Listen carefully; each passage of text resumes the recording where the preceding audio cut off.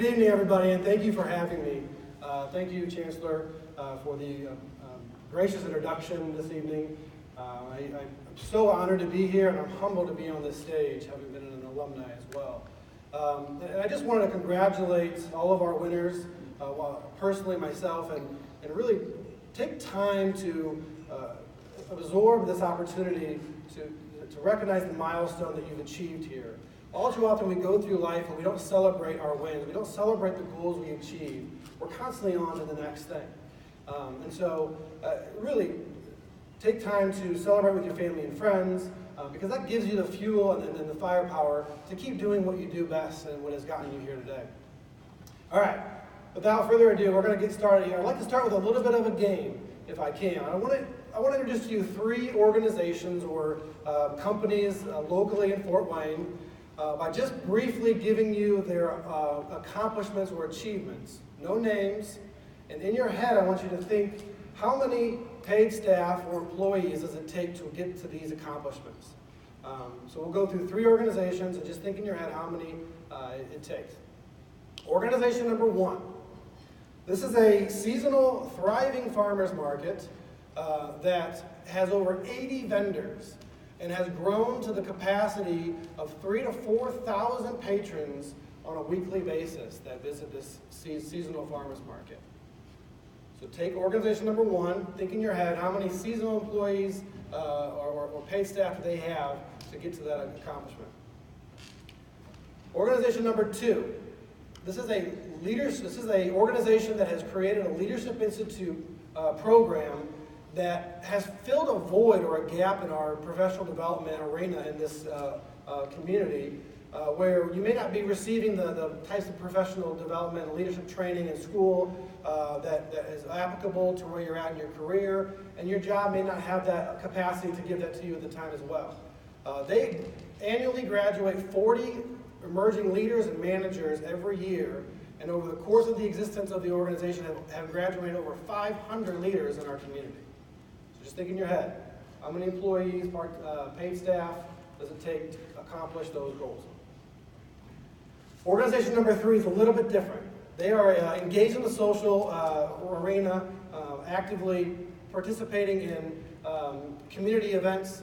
They were the first to bring Downtown Concert Series when Downtown Concert Series, before they were popular.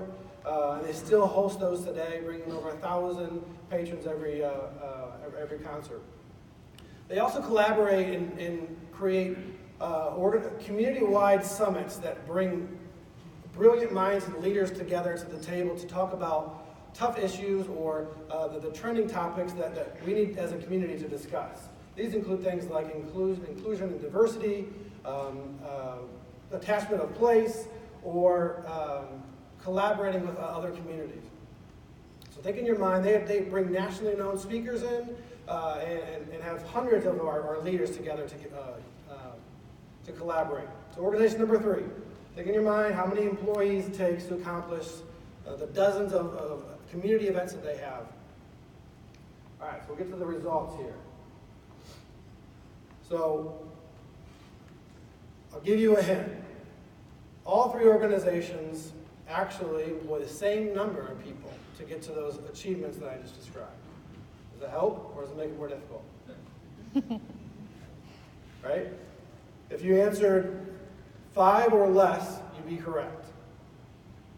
But the actual answer is 0.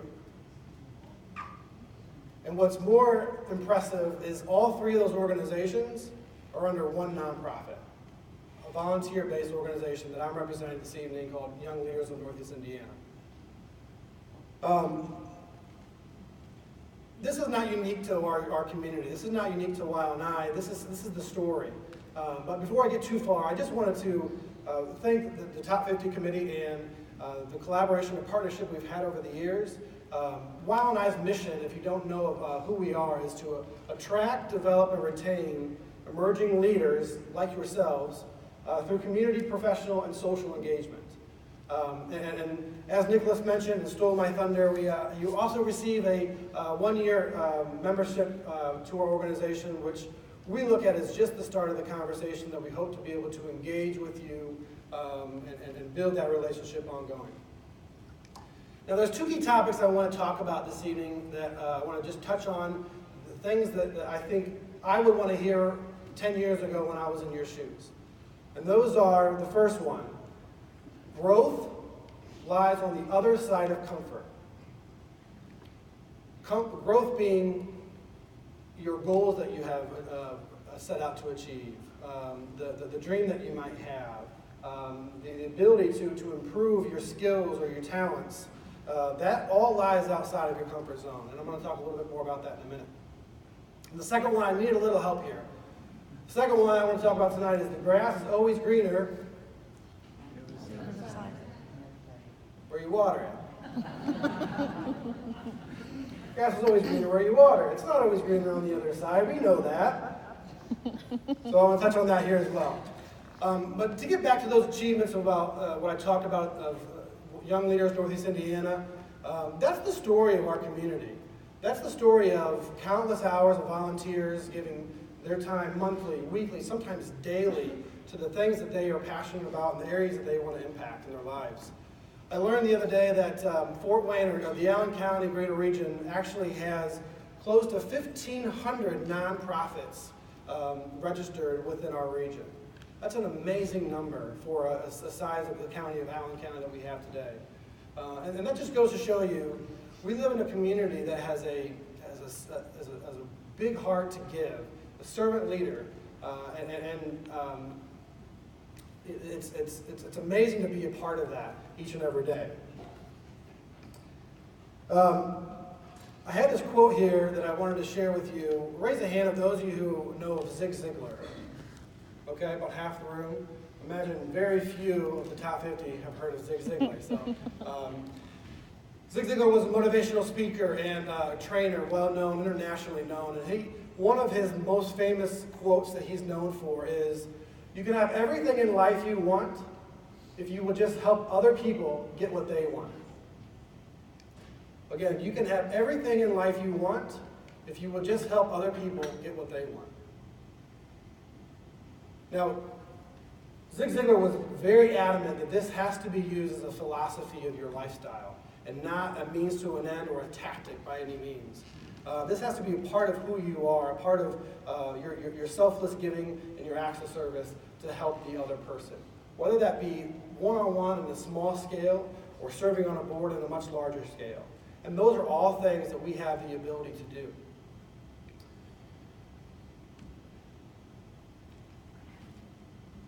When I graduated from IPFW at the time, I did not always believe this. I came out of college with a lot of fear and doubt that I had the skills that it took to volunteer for a community organization or to get involved in the public sector. I had a lot of fear and was very uncomfortable when anytime an opportunity to serve on a board or volunteer came around. And I think that through those experiences, we learned that nothing great is ever achieved in your comfort zone. I drew this quote from the former Pope, Pope Benedict XVI himself, who said, "The world promises you comfort, but you are not made for comfort. You are made for greatness." And that has been something that I try to strive by each and every day. You know, when we live in our comfort zone and have the fear of not getting out of it, we often suppress who we are truly called to be and who our community needs us to be. And that has a ripple effect beyond the lengths of which we will ever know. For me, it was a coach, it was a mentor, formerly my boss, who was also a great friend that stretched me outside of my comfort zone. He encouraged me to expand in the areas that I had strengths and expand into areas that I wanted to achieve. What were my dreams and my goals? A lot like in the athletic arena. How many student athletes do we have in the room this evening? Okay, a handful, yeah. I formerly am a student athlete as well, and I owe a lot to that program for stretching me in areas that have made me who I am today. But even those of you who work out today, think of if you're working out for a goal or a dream or a 10K or that mini marathon that you're striving for, and you have a personal trainer or an accountability partner who's pushing you. What are they pushing you? They're pushing you to failure, right? They're pushing you to fatigue. And what happens in the moment of failure when you're working out? The muscle itself actually breaks down. Physiologically, that fiber in that muscle tears. And those of us who have experienced that know that that's uncomfortable. There's nothing comfortable about that. How many times do you want to just get off the treadmill or stop what you're doing because it's uncomfortable, right? And that's the philosophy that because we know on the other side of that discomfort is the growth, is the strength, is the ability to achieve what we're trying to achieve in that moment. So, just to recap, growth lies on the other side of comfort. Believe in yourself from this moment on. It sounds like you guys are already on a great foot of the type of involvement you do today, but don't stop short. Be brave, be bold. Get comfortable being uncomfortable. That's life for us as we get older. You are the leaders of today, not tomorrow. There was a local politician who said that young leaders in Northeast Indiana is the bench of our leaders coming up. And I totally disagree with them. You guys are the energy that motivates people with the new ideas and the ability to make an impact today and now, and your community needs you.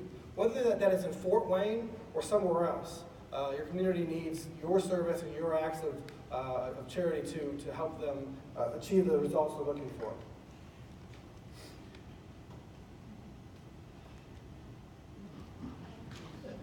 How'd that get in there? So going back to the grass is greener on the other side. I love this image, right? How many times have we heard, well, there's snakes over there, or there's weeds over there, but we're still constantly searching for greener pastures, right? And you need to discern whether it is greener on the other side or not in any moment of your life. I don't want to discount that by any means. But I feel like we often forget that just because there's something not the way you want it to be and where you're at today, you have the ability to make a change, whether that's in your work, your job that you have today, your career that you have today, whether that's in the school environment that you're at. You have the ability to make it a better place than where it was before you got there. And I feel like all too often, my generation and the millennial generation, we get categorized into this group of individuals who constantly are looking for greener pastures. We're constantly looking for the next job. We don't stay in a job longer than 2 years. We're looking for a better career, a better title. We're looking for a better community, a bigger city, a better house, a bigger car. And while some of those things may be good, sometimes we just need to slow down and realize, is it that we're constantly searching for something, or can we make a difference where we're at today? And I think that will go a long way of changing this perception that we often too far get looped into.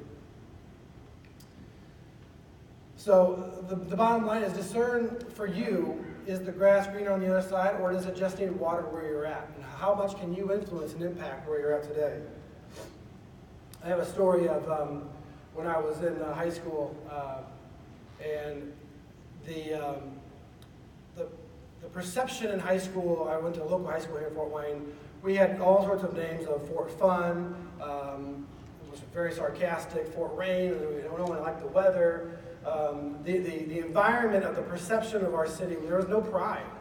It was a toxic environment. In fact, I have a number of friends, in fact most of them, couldn't wait to leave high school to go to go away from Fort Wayne in a bigger city or a school beyond.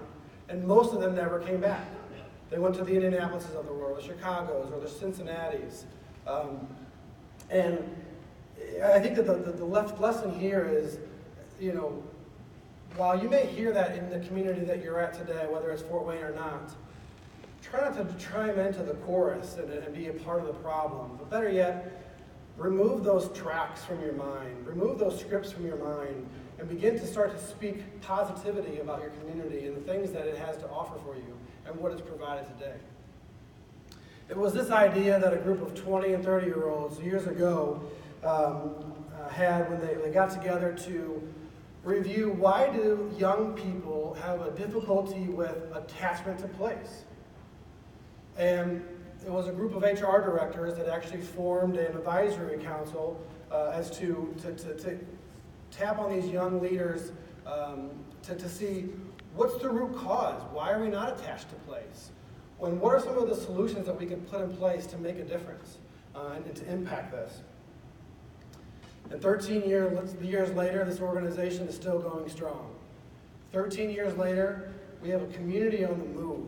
13 years later, we have tapped into our rivers for the first time. We're engaging leaders and developing leaders like never before. We have a thriving farmers market. We have a manufacturing facility, the likes of this city, that's being resurrected that we've never seen before. And while YLNI is a piece of that puzzle, the community has driven all of these things because they believed in something bigger than themselves. They believe they can make an impact in where we're at today and to make Fort Wayne the best place to be. So to recap, get comfortable being uncomfortable, push yourself beyond your comfort zone, believe that you have what it takes today to make an impact in wherever you call home. Don't always search for greener pastures. That's not always the answer. And lastly, never, and maybe more importantly, never lose sight of what is your why. Why are you doing what you're doing? Why do you give back today? Why do you get involved in the organizations that you have already? Why do you serve on the board and give countless hours, weekly, daily, monthly, to give back? Because that's gonna change that into something that is cumbersome and into something that is joyful. Something that you enjoy doing because you're doing it for the right reasons. Your why should be always addressed. You know, all too often I get asked why I've served on YLNI for the few years that I've been there.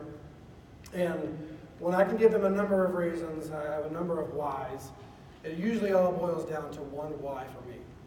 And that why is, in 20 years, I want to make an impact on my community so that in 20 years, my 4-year-old, my 1-year-old, and my soon-to-be newborn have pride in the community that they call home that has given them so much, and selfishly stay around home so that I can one day see some grandchildren of my own.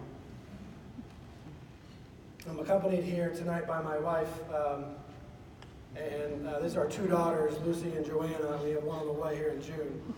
And this is my why. This is why I do what I do. Again, I just want to congratulate everybody this evening on the award. This is a milestone achievement and one that you'll never forget. I really hope I get a chance to meet many of you and connect. But thank you again. I'm humbled of her to be having this stage up here and to be able to speak with you this evening. Thank you.